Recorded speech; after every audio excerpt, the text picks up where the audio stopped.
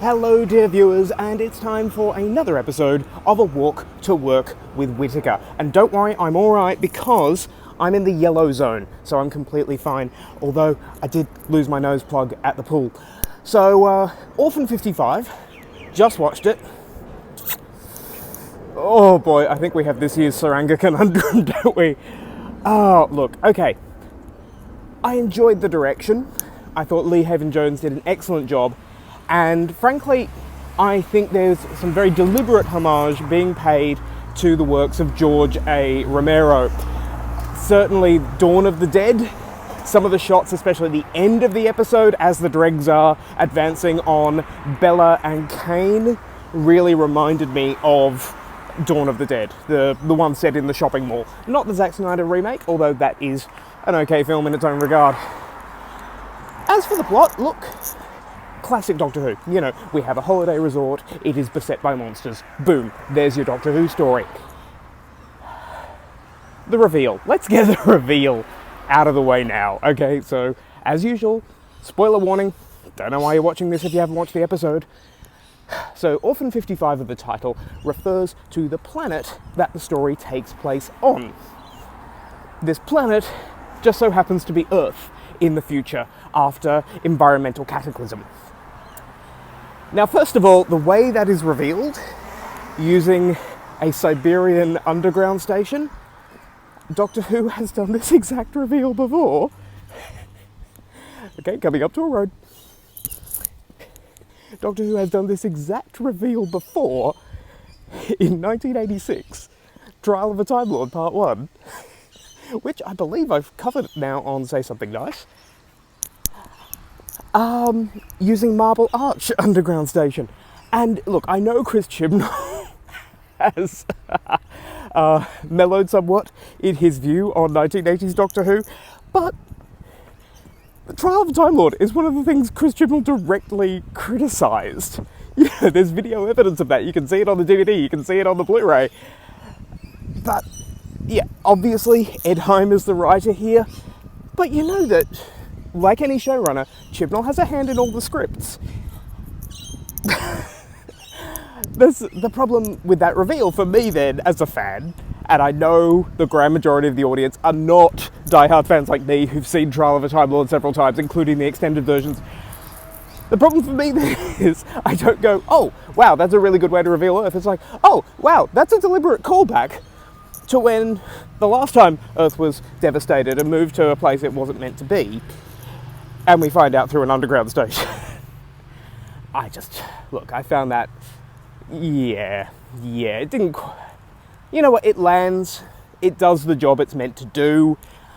As I've already said, I like the direction. The guest cast, look, it's really a mixed bag.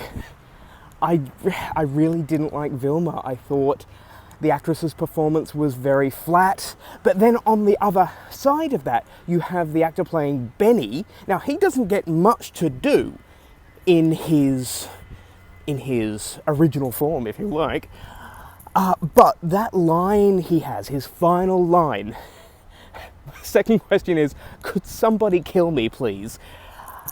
That is proper chilling Doctor Who. Look, looking at this story, watching it, I think Malcolm Hulke would have been very proud to write this from the social commentary angle.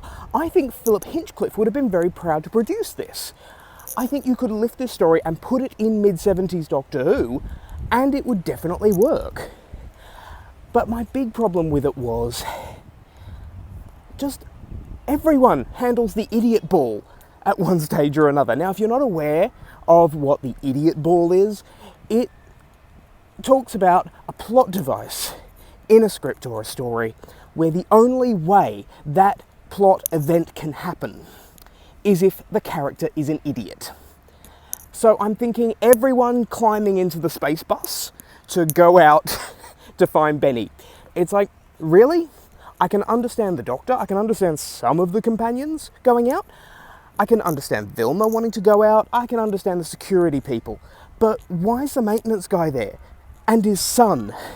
And Hyphen, who is adorable but looks like Barf from Spaceballs. She really does. yeah, I just don't understand why that happens. And then everyone goes underground, and they're making their way to this teleport, but the teleport is actually behind where they're walking to. That's just not particularly great direction, in my opinion. I know I've already praised the direction, but you know, you can have good moments and you can have bad moments. Just, yeah, and then you have, God, I've forgotten his name already. The old guy, Vilma's husband. Well, not husband, unfortunately. But yeah, the old guy. They're evacuating, there's an emergency, everyone's running, they've heard screaming, they've heard gunfire, and he goes back to pick up her hat? Really? When Silas, the kid, has a tantrum, he goes out into the resort where he knows these monsters are, and he's seen what they can do, and he still goes out there. Really? And, I mean, that stuff with Silas, you didn't really need that. It's there so the doctor can go find the monster and figure out more about them, but you could have just had the doctor go out and try and find out more about the monster. We've then got Bella's plotline where she's estranged from her mother, Kane, and so comes in to blow up her operation. I must say, I do love the idea of establishing this resort on an uninhabitable planet to raise capital to terraform the planet. And then we have the twist of this planet actually being Earth. So in a way, Kane is trying to restore Earth, but the plot doesn't really do anything with that. You know, Kane tells us, I was going to give this to my daughter. Sort of everything I've done has been for her. But we could have just taken that extra step to make her even more noble a character. You know, it's a shame we didn't get that. Perhaps we didn't need it. But I just felt Kane was very thinly sketched. Bella and Ryan are very sweet together, and it gives Tosin a chance to be a bit of a romantic lead, which we haven't really had before. God, another house having construction. Not mine. Yeah. Ryan and Bella, really cute together. And so when we get that kiss at the end, it actually feels deserved in a way it doesn't always do in the new series. Yaz, of course, gets to befriend Wilma and Billy? Jimmy? Bimmy? I'm not sure. Anyway, she gets to befriend those two, so she does get a little bit to do. It's actually Graham who's pushed into the background a bit for this one, but that's fine. I mean, Graham gets them into the adventure. He has a few funny lines. And that's the thing, I don't mind the cast sort of taking turns being up front, just so long as we don't get Yaz never being up front like we did last series. And look, then we have the ending. And there's people online criticising it for being preachy, but I don't think the dialogue or the message is at fault here. And it really pains me to say this next bit. I just don't think Jodie's performance is good enough in that final scene. I think what we needed there from Jodie was anger. Not necessarily anger at the companions, or perhaps even anger at the companions, because the companions are saying, how could this happen? How could this happen? And, well, the doctor should turn around and say, how could this happen? Humans, that's how it happens. I wanted to see her get really angry in that moment, especially because it is the end of the episode. We started building this idea in the last two episodes of the Doctor being a bit darker this series. We get a little hint of that at the beginning when the Doctor says she's not in a mood. But yeah, I think we just needed a bit more chutzpah there. Just running for a crossing. There we go.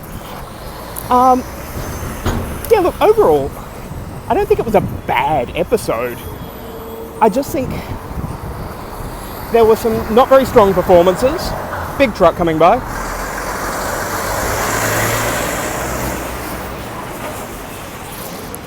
Yeah, there were some not so strong performances, and after we had, after we've had Sacha Dhawan as the Master, and Lenny Henry, and the actresses who played Khan and Ada last week, even Babbage last week, you know, a really quick character, but really well sketched. This is kind of like Voyage of the Damned. We kind of have some character archetypes in there, like the older couple, the smart kid, the comedy dad, the guy from The In-Betweeners. Really didn't like his performance. And the sort of hardened security force. But yeah, the only member of the guest cast who really stuck out for me was the actress playing Bella. You know, I found her a very sympathetic performance. I got who she was, I got where she was coming from. But, yeah, I think it's a case of really a very good script because it's Ed Heim, and it's Ed Heim where he wrote a more contemplative piece for Series 11. Here he writes an action piece, and he writes that really well. He writes a horror movie. This is a horror movie for Doctor Who. That's why I'm saying it'd be great in the Hinchcliffe era. It's got an ecological message, much like the scripts of Malcolm Hulke. The script, I think, works. The direction mostly works as well. Most of the guest performances don't, in my opinion, and it really pains me to say that, because yeah, I was enjoying it until we got in the space bus, and I found myself thinking, why is everyone in the space bus? Why does poor Hyphen die almost off screen? You know, she was a really enjoyable, likable character, and that was a shame to see. Yeah, look, I'm not angry about this episode. I've already seen some of the criticism online, and people are quite jumping up and down about it. But I'm not angry, it's just kind of like, oh well. It might go up a bit in my estimation if we return to this idea of the polluted Earth. I've got a theory that Barton is going to team up with Jack Robinson from last year, and, you know, that could lead to the future we've seen. That, I think, could redeem this episode a bit, as we've seen this as a possible future. But yeah, it just falls flat for me, unfortunately. But let me know what you think down in the comments. I'm still looking forward to next week's episode, which, spoiler alert, is called Nikola Tesla's Night of Terror. And that is by one of the new writers for the series. I think it could be Nida Manzoor, but that could also be the director, I'm not entirely sure. But it is by one of the new writers. Really looking forward to that. I'm going to sign off because I am outside my work, but until next week, thank you so much for watching.